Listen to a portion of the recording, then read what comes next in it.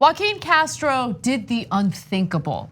He mentioned corruption in politics. In fact, through Twitter, he specifically called out various businesses in San Antonio who have given Donald Trump the maximum amount in campaign contributions. So let me give you his tweet. He says, sad to see so many San Antonians as 2019 maximum donors to Donald Trump.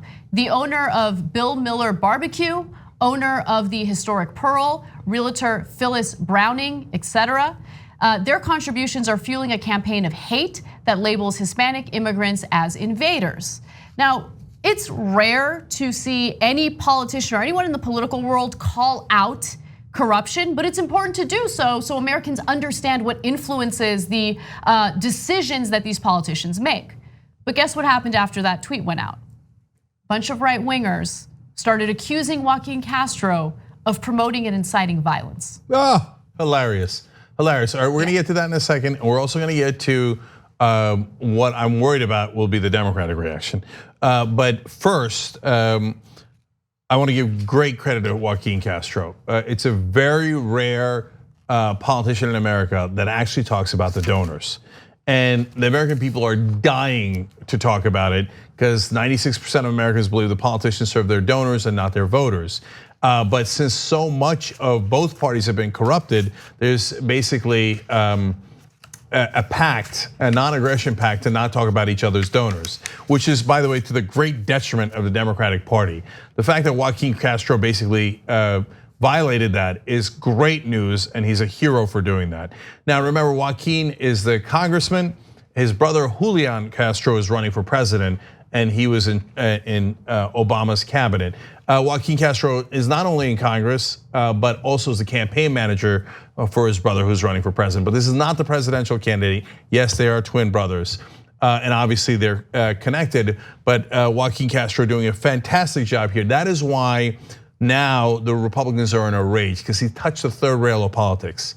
That's where they derive their power, from the corruption and the legalized bribery. So once you point that out, they're like, no! So let's show you their rage and then react to it. And then I'm really worried about what Democratic leadership's gonna do.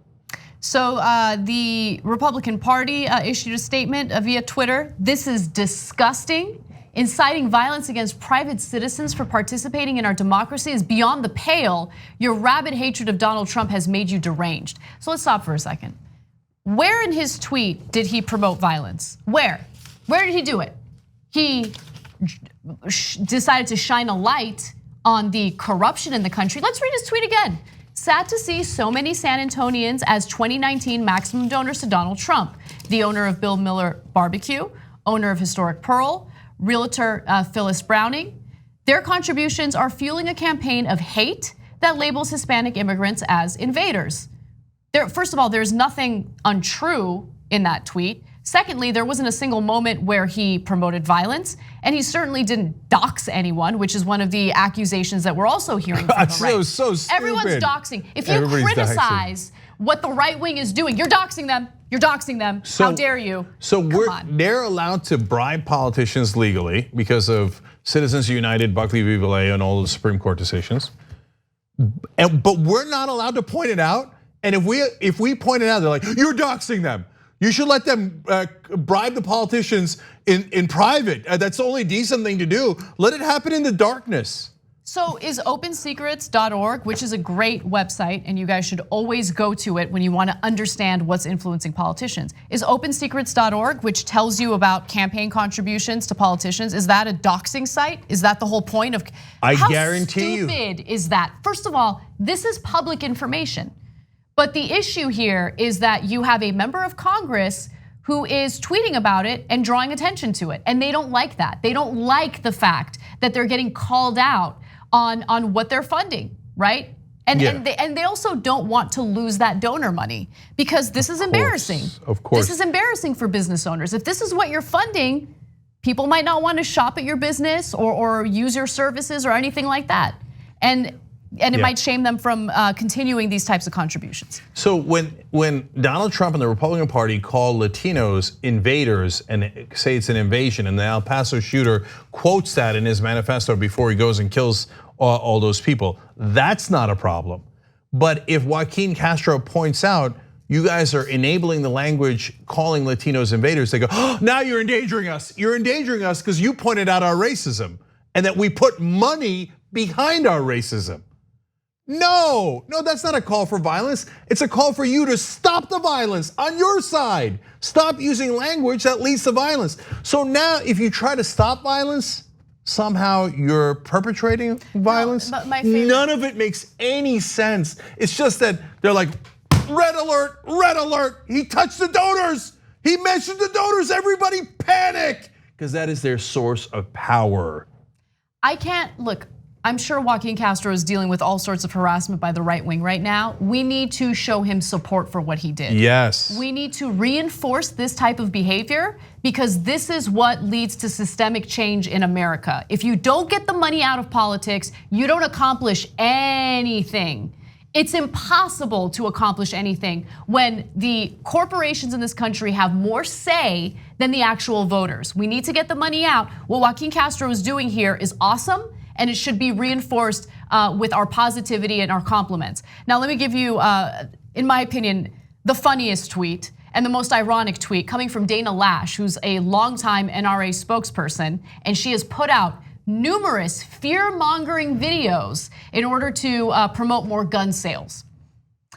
This is designed to scare people away from their right of speech or expression and chill private donations by suggested threat of doxing. It's shameful and dangerous. Okay, now let me dox you, Dana Loesch. Am I gonna actually give your address? Of course not, we would never do that. Dana Loesch exists in the world. And she's part of the NRA, and the NRA exists in the world, and the NRA gave $50 million in bribes to the Republican Party. Our Supreme Court has made those bribes legal, but they are bribes nonetheless. They are meant to influence the politicians, and the bribes work perfectly because the Republican politicians are craven and corrupt. So they said, okay, we will block every piece of sensible gun legislation, including one that 97% of Americans agree with, including federal background checks. Did I dox you, Dana? Did I dox the poor NRA? Now, these are the same sons of bitches that literally point weapons into cameras and threaten people's lives. And then they turn around and go, oh my God, you mentioned that I'm a corrupt son of a bitch who bribes all of our politicians effectively. I'm doxxed, I'm in danger. Are you? Get that out of here. Yeah. No, none of that is true. You're just a coward and who likes to do corruption. And then the minute anyone points out your corruption, you go, doxing, I'm being doxed. And now they know I'm Dana Loesch. Get out of here. So I got to get to Eric Erickson. Yes, that's the other one that I loved. I knew you would love this. So Eric Erickson jumped in on the, on the fear party. And he said, quote, this is why political donations should no longer be made public. You're hilarious. The left is weaponizing transparency. Weaponizing transparency. To ensure donors to their political opponents are harassed, boycotted, or worse. Okay, so let's stop for a second. How undemocratic is this guy? First of all, he is promoting this idea that we as American voters should not have the information, we should not be armed with the information necessary to make the right decisions about our politicians. We should know how our politicians are being funded. There's already a ton of dark money in our system, right? Yeah. But he wants it all dark. He doesn't want to disclose any of this because he likes the corruption. Who does the corruption benefit the most? It's the right wing. That's not to say Democrats are not corrupt. I mean, we've done so many stories about corporate corruption when it comes to the Democrats, but Republicans are certainly more corrupt, especially on issues that have to do with gun laws and regulations. So let me talk about what a joke Eric Erickson is. So he criticizes Trump from time to time, but you think Trump's the problem? Yes, Trump's a huge problem, but the entire Republican Party is the problem. 100% of the Republican Party takes these donations, and does exactly what their donors want. And Eric Erickson loves it, and then he pretends to be a populist. What kind of a populist says the people should not know? It weaponizes transparency, okay? If the people find out who's bribing the officials, well, that's weaponized. Yeah. So in fact, one more thing about that.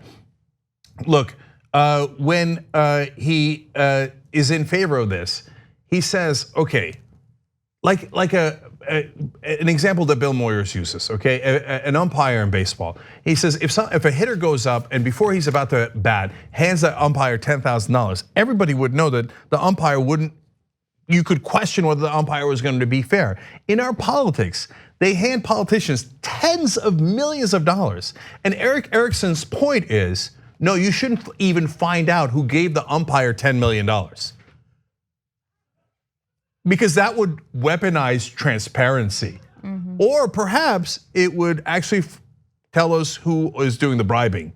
And that's what you don't want, because the Republican Party is built on bribes. Without the bribes, you guys are screwed, because you're deeply unpopular. And I have a final point to make. The right wing loves doxing. They do, they love it, they defend it, they don't speak out against it.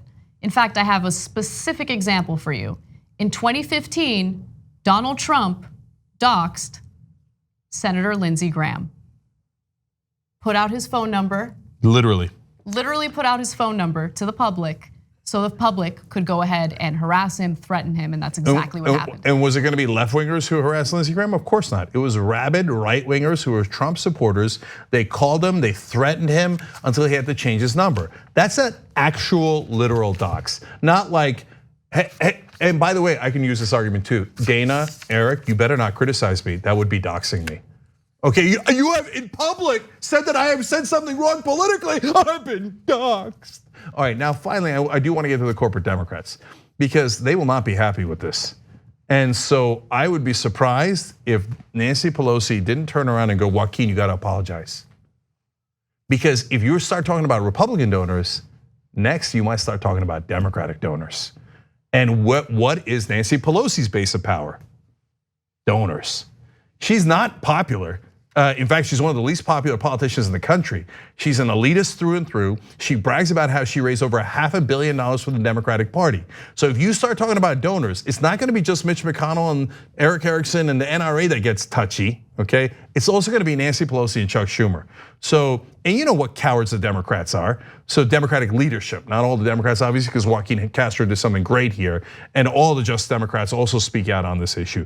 But when you start talking about donors, Pelosi's gonna say, especially because they're used to preemptive surrenders. Oh my God, Joaquin, don't do it. You gotta apologize. You have to bend a knee. You have to bow your head. You have to do it and surrender to the Republicans right away. Now, she hasn't done it yet, to be fair, but I would be surprised if she didn't. So let's find out. If Nancy Pelosi comes out and goes, goddamn right, Joaquin, nice job. I can't wait to come and give her credit. Look, I'm telling you ahead of time, if she does the right thing, I will give her tremendous credit.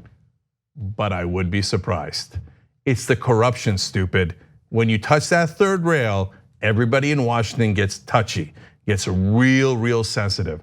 And again, credit to the people who are brave. Everyone should be super supportive of Joaquin Castro, because he finally touched that third rail we've all been dying to talk about and to fight back against. So great job, Representative Castro. Thank you for representing us. Well, hey, you made it this far. You must really like the Young Turks. Thank you, we really appreciate you. Now, another easy way to keep supporting us also helps keep your internet activities and data private, all with a push of the NordVPN app. Head to nordvpn.com/TYT right now for 75% off of your next 3 years.